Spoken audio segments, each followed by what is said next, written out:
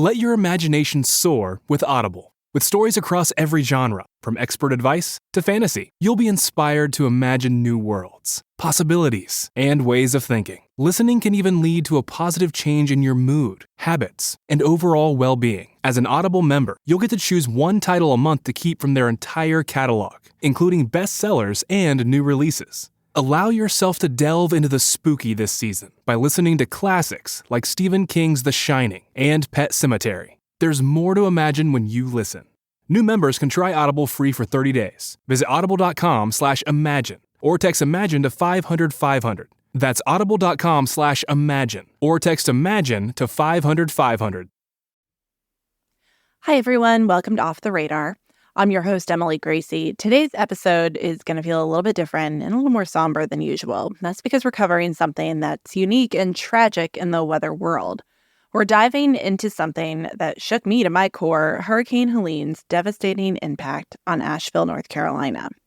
You might be wondering, Asheville, a hurricane? I know, I was shocked too. This city is nestled in the mountains and far from the coast and was supposed to be a climate haven. But Helene had other plans, leaving behind what the mayor called a post-apocalyptic scene. I lived in Asheville for 4 years, and like many others, watching the scene unfold and the images come in while trying to contact my friends in the area was unnerving. This isn't Asheville's first rodeo with natural disasters, though, but Helene was a whole different beast. In this episode, we'll hear directly from survivors. Their stories of resilience in the face of this unexpected catastrophe are both heartbreaking and inspiring. We'll chat with a local meteorologist who wore 2 hats during Helene. He not only weathered the storm himself with his family, but also had the crucial task of keeping Asheville's residents informed and safe throughout the ordeal. We'll start today with the story of a family in Lake Lure.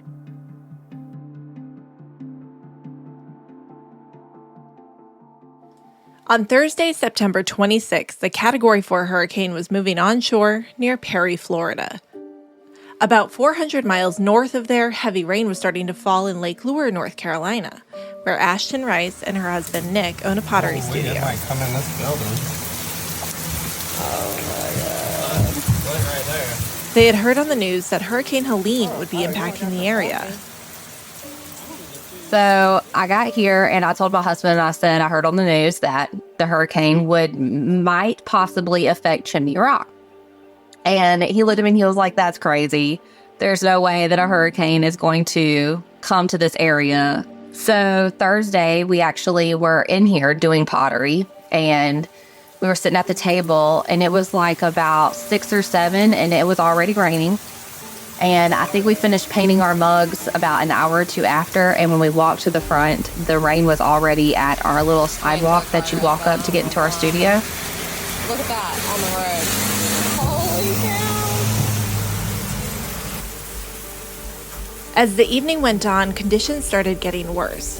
That's when they decided to leave their home and go seek shelter with friends. So finally, I think it was like 1 a.m. we went to sleep. And when we woke up to sirens,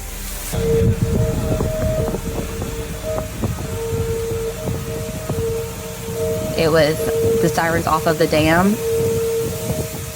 You couldn't really hear exactly what he was saying off of the siren because of how loud the wind and the rain and the water rushing was, but it was something along the lines of seek higher ground, evacuate now. Well, we couldn't. My gosh, you can't even see the table now. Look, this is just for reference. That's a door. The landslide had already took the road with it around the dam because it had gone 6 feet out of side of the dam, the water had. So it was flowing around it. And it took that road with it. So we couldn't get out because the only way in was going across the dam. Oh my gosh. Oh yeah, look at your stairs, just in case you want to go down on your dock. So we walked up the road a little bit and Nick was like, maybe we can go the back way. Well, there were trees down as far as the eye could see and there was no going the back way. Seeing all of the things we saw in the water. That's the roof of it. It's sunk. Things were going over the dam.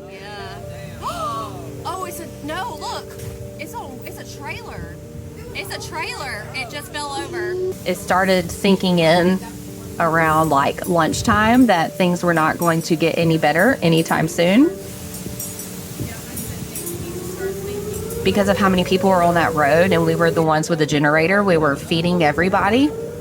We were running out of food and water. And me and my husband looked at each other. We were like, we're going to have to kayak to our studio to get the food that we know we bought. So they made the difficult decision to leave their 9-year-old son with friends and kayak across the lake to get supplies from their studio. I definitely felt weird leaving Liam, but I knew I didn't want him in the kayak with us. All right. I think that probably upset him a little bit just because he didn't know, like, if mom and dad were coming back or what was going on. So we kayaked across the lake to our studio, which was, it took a good, 30, 45 minutes to get here. Of course, there was a lot of things in the water. There were some things that we didn't know what they were. They made it to the other side of Lake Lure and started the trek up the mountain to the studio. There were trees and power lines down everywhere. Like, we had to climb over some, climb under some. Oh, yeah. It's gone? It's gone. You can see. Oh, watch out for that power line. Is that any No, of these it's live? not. It's not live. What made you decide to pull out your phone and record? I honestly thought I'll record this and send it to my mom because I knew that she lived in Travelers Rest, South Carolina. And I knew she would have been worried. So I was like, I'll just send these to her when I get cell phone service and it won't be a big deal. Well, honestly, I never thought recording it all that I would be putting it together piece by piece for people to watch and that it would get that much attention, because I really didn't think that. I thought everyone would already know. I thought news crews would be recording. I just thought that I would just be another person telling someone a story, but to know that nobody even knew This is so crazy. what was going on and they were seeing it firsthand through my videos. The whole And also when I got out and got service and saw other pictures and videos, it broke me. I finally had a moment to myself where I could just sit down and take it all in, and it's devastating. It's heartbreaking. Go in the back here.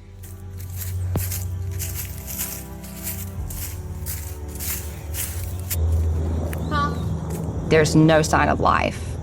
There's nobody outside. You don't hear birds. You didn't hear anything rustling in the leaves. You didn't hear anything. All you heard was helicopters and sirens.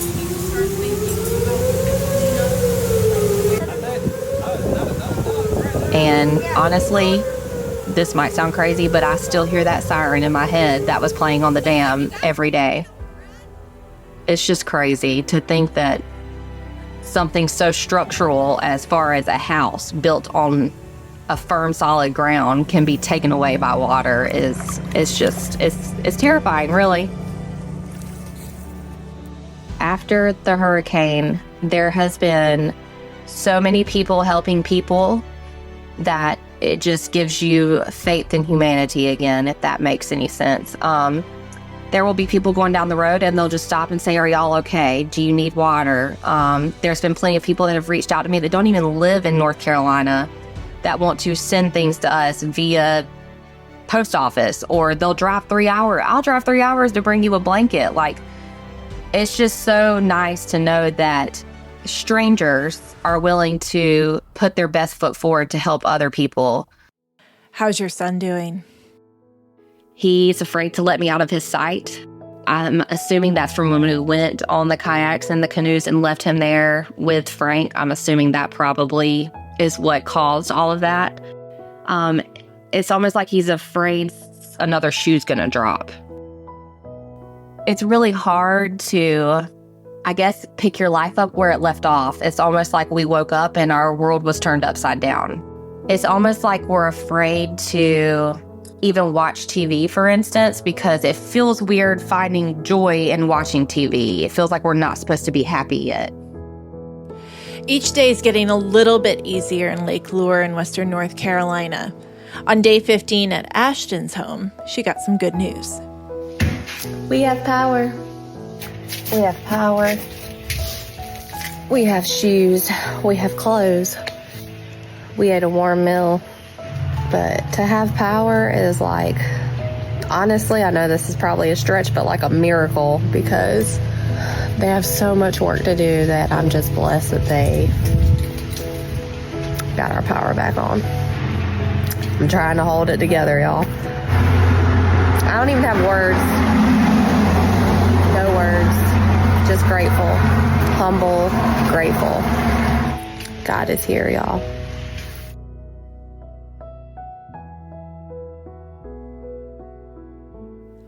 One way you can help those impacted by Hurricane Helene is to support small businesses like Ashton's.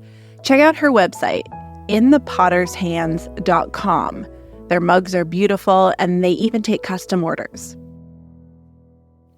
Next up, I'm talking to Jason Boyer. Jason is the chief meteorologist at Asheville's only TV station, WLOS News 13. I've known Jason for over 20 years because when I was a student at UNC Asheville, I actually interned at WLOS, and at the time, he was the weekend meteorologist. So Jason knows Asheville well. He knows the history, the weather, the infrastructure, and he knows the people. And I'm grateful that he took the time today to sit down and talk to me about what happened in his city just a few weeks ago. Jason Boyer, thanks so much for talking to me today about Helene. I know this is kind of fresh and still pretty traumatic for all of you guys there in the Asheville area. But you have an interesting perspective because you lived it, but you also worked it. So I want to talk all about Helene and the timeline of what you went through and welcome you to the show. I'm so glad to have you on too. Yes. Old friend from Asheville. Yes. So you are the chief meteorologist at WLOS, which is our station in Asheville. You guys went through a pretty awful event here just a few weeks ago. Can you take me through what you were thinking as a meteorologist, like in the days leading up to Helene? Because in Asheville, you guys don't often think about hurricanes being this impactful to the area, right? Certainly not, but we have in the past had tropical systems produce, prolific rains and some flooding, not on the level or scale, obviously, that Helene produced for us.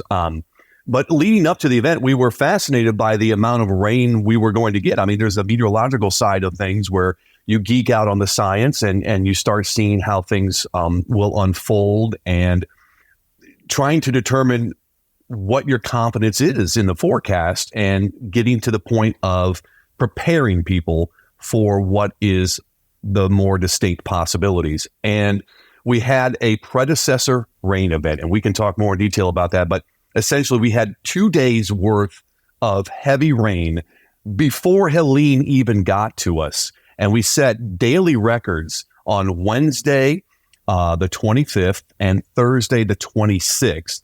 And then leading into that Friday, Helene hit, and we had a third record daily total rainfall. That's never been done before.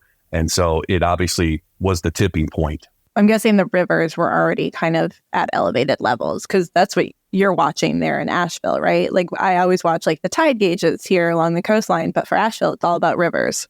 Yeah, we were watching those rivers very closely. We knew from the verbiage that the National Weather Service was putting out that we were going to have catastrophic flooding. At the point, this is where I think some people might have been lulled a little bit. The heavy rain that fell Wednesday and Thursday before Helene wasn't causing extensive flooding at that point. Even up until Thursday midnight, we weren't seeing extensive flooding. We were getting some flash flood warnings, no doubt. And there were some instances where the usual suspects, as we'll say, were flooding, the smaller creeks that typically flood in any given heavy rain situation.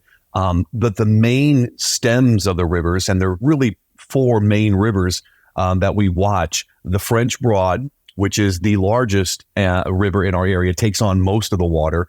The Pigeon River, which had flooded back in Fred in 2021, and that takes on a lot of water as everything goes towards the Gulf. And the Catawba River, east of Asheville, and on top of that, the Swannanoa River, which was the river that typically floods in these situations in the city itself and into Biltmore Village more particularly. So we were watching those rivers and we were watching the gauges.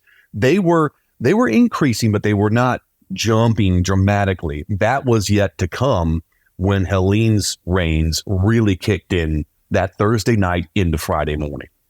Okay, I want to back up a little bit and give people an idea of Asheville because, I'm so familiar with it. So are you. But it may not be familiar to everybody across the country. It's this very nice little city, but it's a small city in Western North Carolina. You've been there kind of on and off for a couple decades now, right? So give me a little understanding of what Asheville is like for those who have never been there. Oh, Asheville is a quirky and cool, hip kind of place. It is a mixture of Appalachia, which for those that don't understand that's the typical, generation after generation of families that have been here for a long time that might have been loggers back in the days. There was a lot of logging going on in early 20th century in this area, but it became a well-visited place in probably the 1920s that started. We had F. Scott Fitzgerald, a famous author of The Great Gatsby. He and his wife would come up to what is the Grove Park Inn, a very famous hotel, and they would retreat here to get the fresh mountain air to help their health. And that was kind of the big push initially in the 20s. Come to Asheville, visit the mountains, get the fresh air, get away from the cities and improve your health. And that was a big deal. And then it just kind of grew from there. We had the Biltmore House that was established in the 1890s, late 1890s. The Vanderbilts built the largest private residence in the country here.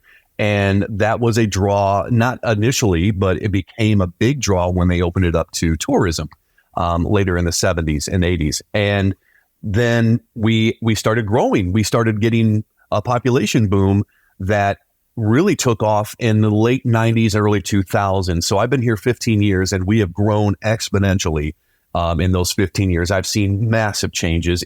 I compare it to like Austin, Texas, not nearly as big as Austin, but it kind of has that vibe and that uniqueness of melding together all kinds of different cultures and beliefs and in this kind of small area. So that's Asheville. Yeah, I remember moving there when I was 18 to go to college and like culture shock from Connecticut, but it's so fascinating to watch. Like even just going downtown and seeing like a drum circle or a Wicca convention. Like what did you think the first time, because you were in your 20s, right? The first time you moved to Asheville, like what were your thoughts the first time you arrived there? Yeah, many, many moons ago. I found it unique as well. I wasn't coming from a far distance to Asheville. I had gotten my first job in Johnson City, Tennessee, which is literally over the mountains in eastern Tennessee. So I had come to Asheville just very briefly to visit a few times in those 3 years I was in Johnson City, but I didn't know anything really about the city that much. And it was like, I would call it fledgling a little bit then in the early 2000s when I moved. Yeah, like you, culture shock, a little bit of that. But I had already gotten some of that in Johnson City, Tennessee. They're also considered Appalachia, that part of the state there. So it was unique, but it was sleepy. It was a sleepy town. I mean, there was a relaxed atmosphere, but for somebody in their 20s, as you remember, there wasn't a lot to do for people our age, except for the outdoor stuff. And I love that part of it. But yeah, now it's completely different. I mean, it is a mecca for people that are, enthusiasts for different beers, wines, cideries. We have distilleries. We have all that. I mean, it's an amazing progression, but there are people that still reside here that are certainly more of the traditionalists. Absolutely. All right. So let's go back to Helene and the days leading up. So, I'm trying to get a feel for the timeline because I was watching back the newscasts and, you and Megan were doing such a great job on WLOS covering this. And the interesting part for me, because I still have a lot of friends in Asheville, was the timeline of losing contact with people because the hurricane made landfall and then like Thursday seemed fine, but then through the day on Friday, it slowly became apparent that everybody was out of contact in the Asheville area, that you could not get a hold of anybody. So what happened through the day on Friday that led to that? Yeah, a combination of things. So all the rain leading up to Helene saturated the ground. We already had some minor flooding going on pre-Helene. And then when Helene closed in on us, the wind field expanded as they typically do. These tropical systems get on shore, the wind field expands, And we started getting wind gusts over 45, 55, even 65 miles per hour. It started to ramp up. And that was in the wee hours of Friday morning. So I handed off to Megan at 2 in the morning. We were doing 12-hour shifts at that point. 2 to 2, she would come in 2 a.m., work till 2 p.m. I'd be in at 2 p.m., work till 2 a.m. So I handed off to her and I said, wow, watch the radar. Here it is. Look at this. These bands are coming in. It's coming right at us. We knew that was going to be the case. So I left and I remember driving home and it was already like a tropical storm here. The winds were gusty. My car was being pushed around on the interstate. And I remember telling her, I'm not going to drive home on the narrow roads with trees all lining them. I mean, because here in Asheville, you can't escape trees unless you're on the interstate. And even then, they're closer to the interstate. But I drove home the major routes that had very little in the way of trees that could come down. And I texted her when I got home and I said, it's already really bad. And she goes, yeah, it is. And so I couldn't sleep very well that night. I remember getting up and about 5 in the morning, I went out. I have a covered deck and I went out and opened the doors. Actually, you can see the doors behind me. Went out there and I heard the wind and it sounded like a hurricane had come to town. It was just the roar of the wind, the sheets of rain, and then literally pop, pop. I could see power flashes going.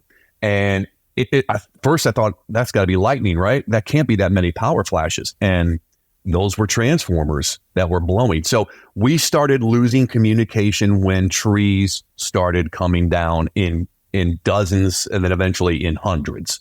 And it was happening area wide. So the power lines were there was no chance that we were going to keep power very long.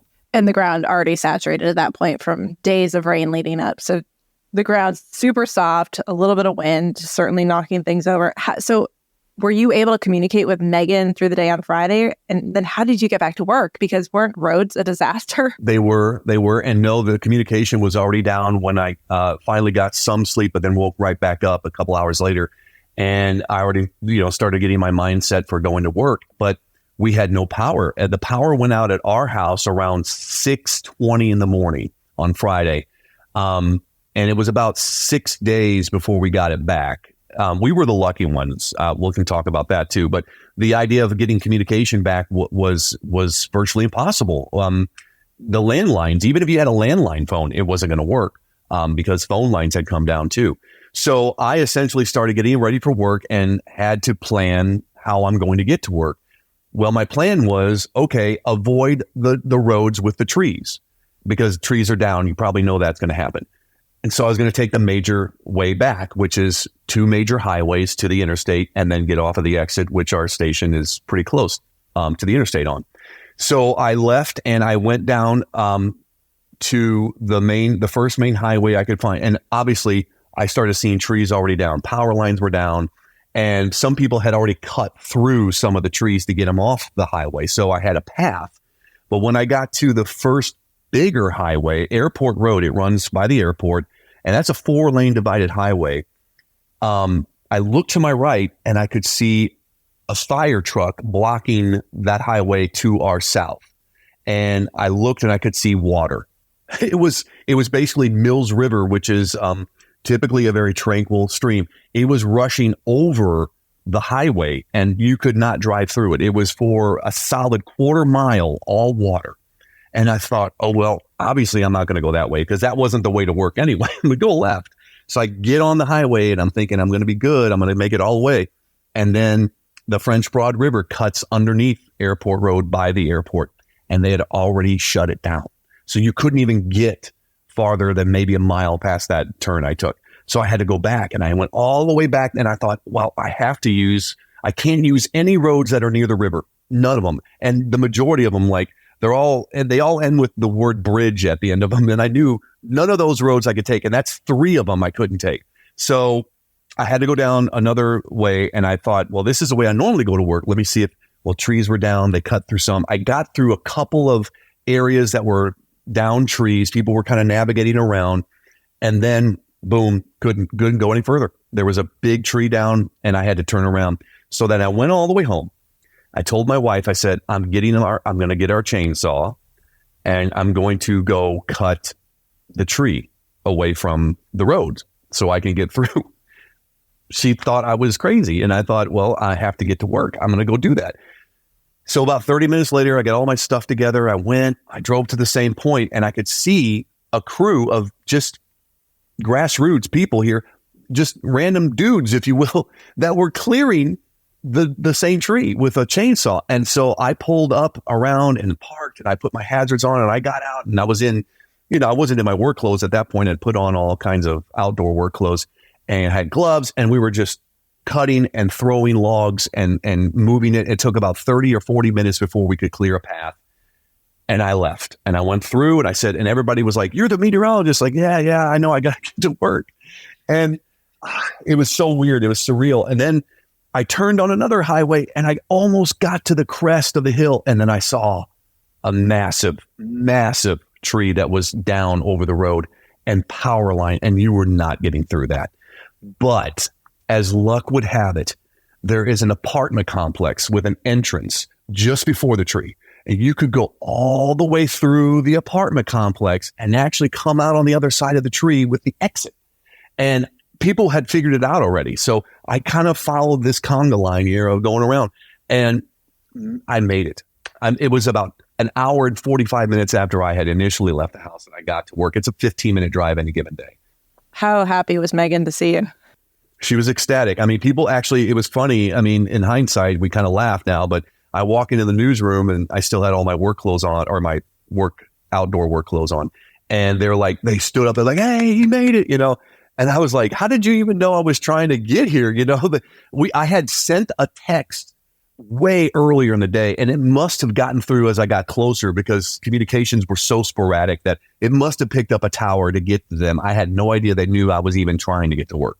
Okay, so you're at work and we're forecasters, we're meteorologists. We kind of look at weather that's coming, but at this point it's there, like disaster is happening. So how at that point do you go on air and communicate? And then are you thinking to yourself, who am I even communicating to? That didn't cross my mind initially. I mean, your mindset is just to get on air and deliver information, efficiently, quickly to save more lives or, get people to respond. And it took about a couple of hits, as we say in the business, to go on air and talk about the radar, talk about the flash floods, talk about how much, your experience of the roads, how bad they were, telling people not to venture out, just stay home, don't try to drive around at this point. It's going to be a disaster.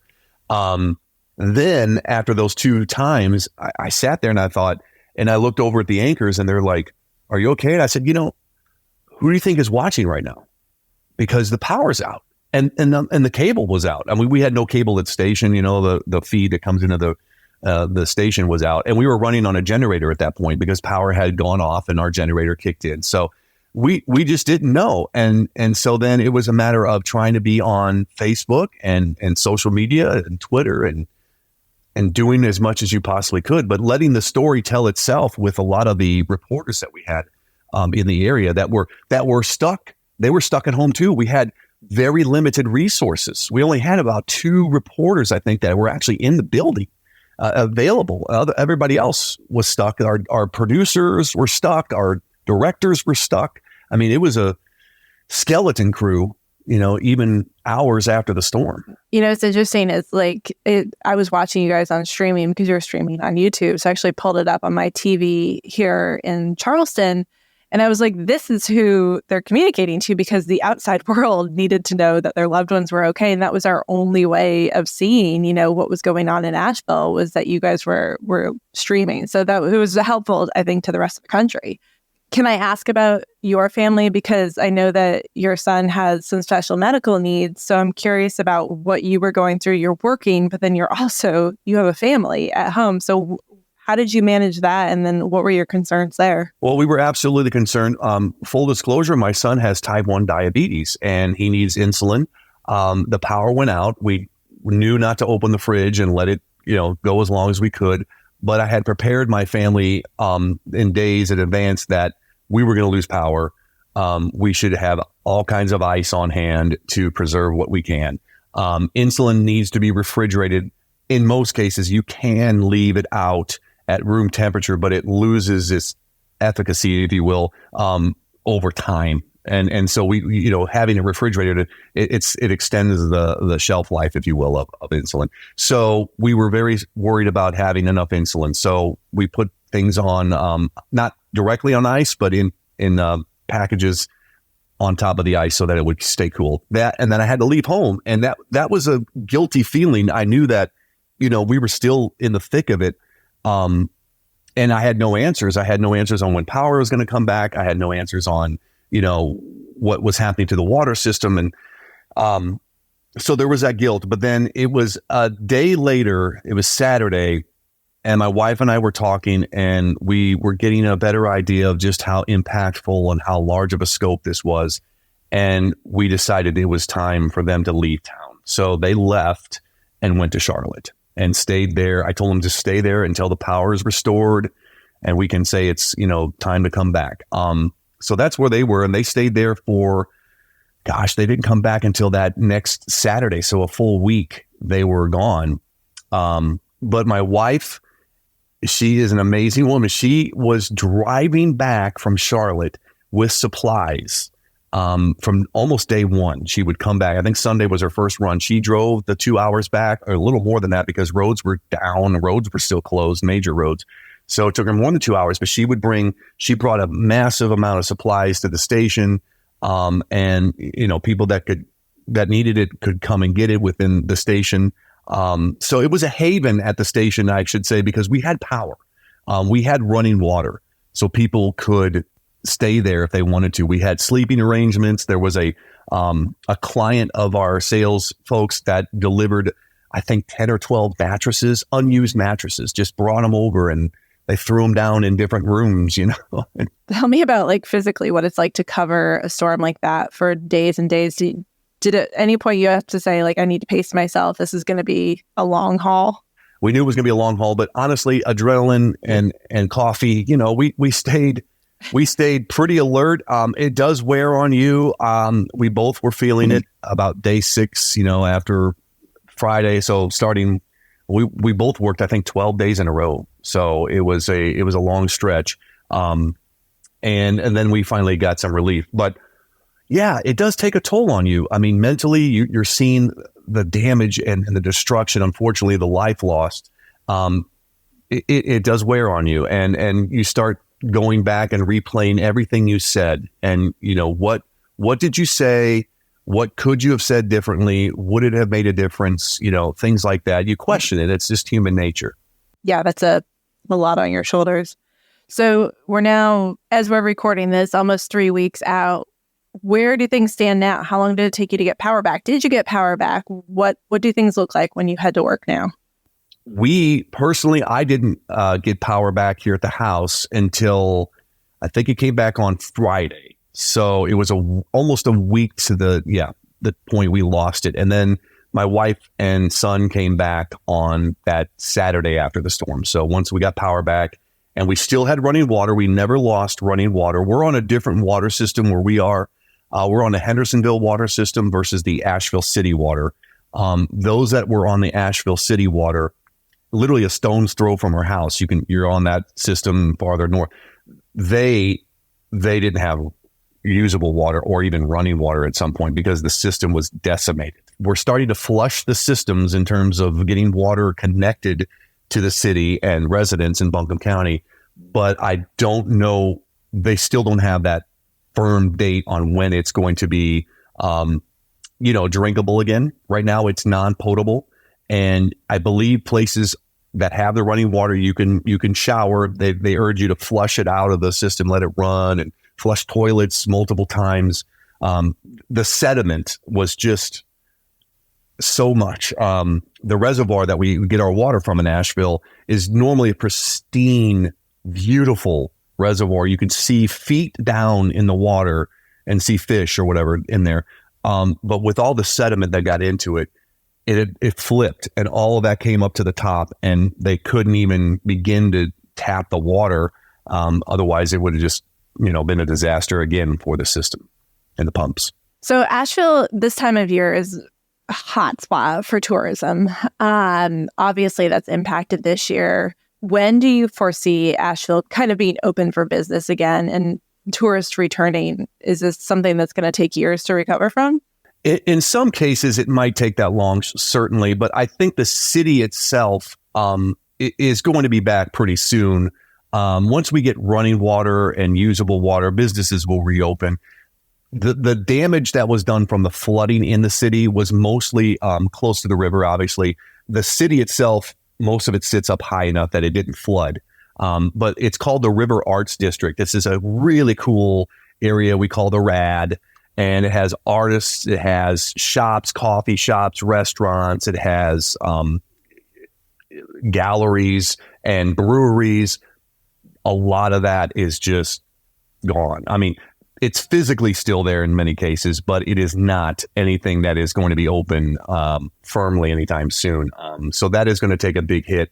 But I think the city itself is going to be pretty open to people eventually here, I think later this month. And yeah, we have the fall colors. That's typically a place people will come here in Western North Carolina. But the Blue Ridge Parkway is still closed here in North Carolina. It opened in Virginia, but we have the amount of damage the Blue Ridge Parkway has is phenomenal. And I don't know when they're going to be able to open. They had to rebuild the road in many places. It just fell off the sides of the mountain. So what about Chimney Rock? Because that was the one that really went viral. Those were the first images that people were seeing of the area was Chimney Rock. Have you heard anything about what's going on there with recovery? They have to reroute the Rocky Broad River, which is the river that is normally a beautiful river that flows through there. They have to reroute it to even start building the road back.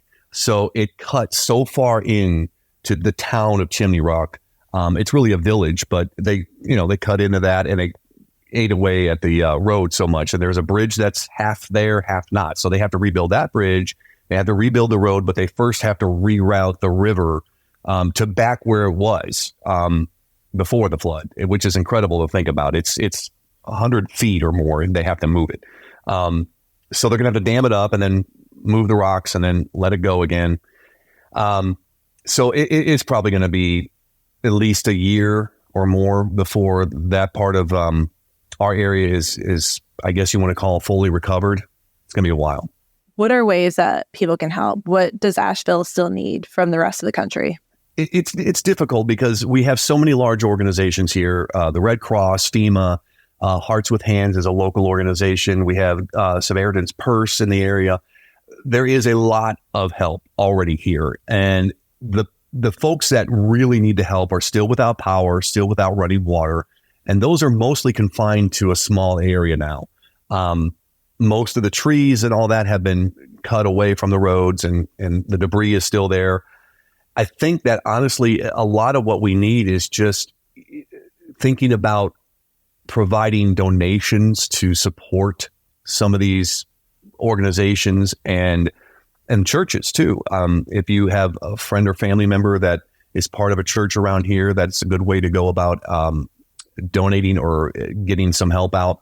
And that's been the case in a lot of places where we've had these grassroots efforts start quickly. Churches and schools were the centers for a lot of the distribution sites that many people just kind of propped up, if you will, quickly. Like my wife bringing the supplies here, we eventually reached out to many more people, and so many people donated that we had to open up my son's school gymnasium to bring water, food, clothing, baby needs, toiletries, everything, from shavers to toothbrushes to Hormel chili, anything.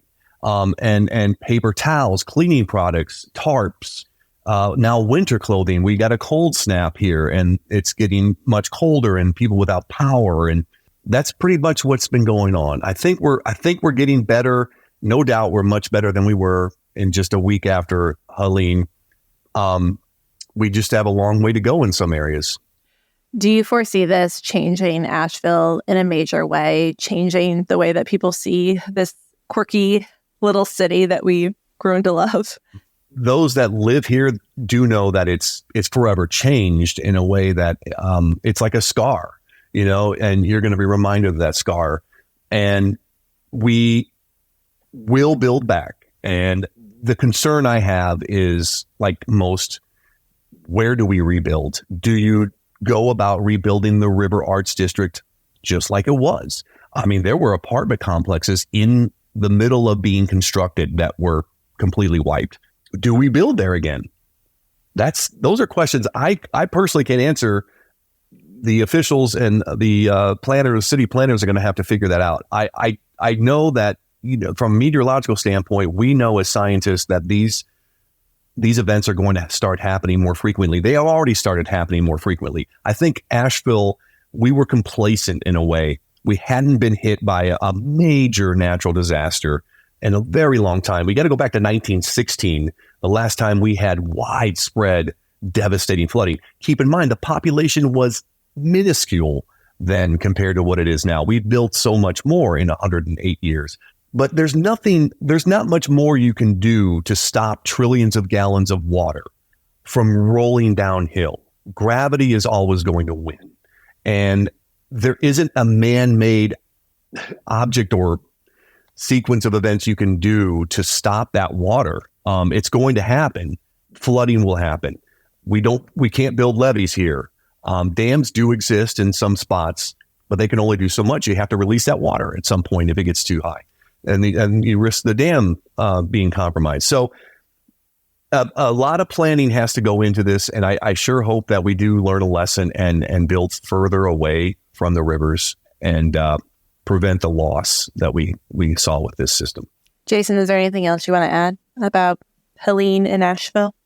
Oh, I think the people here are so resilient. I've seen so much good come out of this too. So many people want to help and have helped. And the family, generation after generation that have lived here, those families are still very strong. And it helps a lot when you have that kind of culture and resiliency to get through something like this. We will learn from this, and that's the key. That's the key to this. Well, thank you to you and Megan and everybody at the station for keeping the world informed of what was going on when we were sitting in the dark and worried about people in Asheville. So greatly appreciate it. You guys did an amazing job. Thank you, Emily. If you'd like to help the victims of Hurricane Helene, North Carolina has established a disaster relief fund, which is managed by United Way of North Carolina. Donations can be made at www.nc.gov/donate and are being used to provide grants to nonprofits working directly in impacted communities. Off the Radar is a production of the National Weather Desk. Make sure you're following the show on Apple Podcasts, Spotify, or wherever you listen to podcasts. New episodes publish every Tuesday. Once again, if you want to support Ashton, her website is inthepottershands.com. You can also check out that same name on Instagram, where you'll see all of her video updates from what's going on in Lake Lure and take a look back at what happened during the hurricane. Thank you so much to Jason Boyer from WLOS for sharing his Helene story today as well. Also, thank you to my associate producer, Brian Petras, for his help with this episode. For the National Weather Desk, I'm meteorologist Emily Greasy. Make it a great day.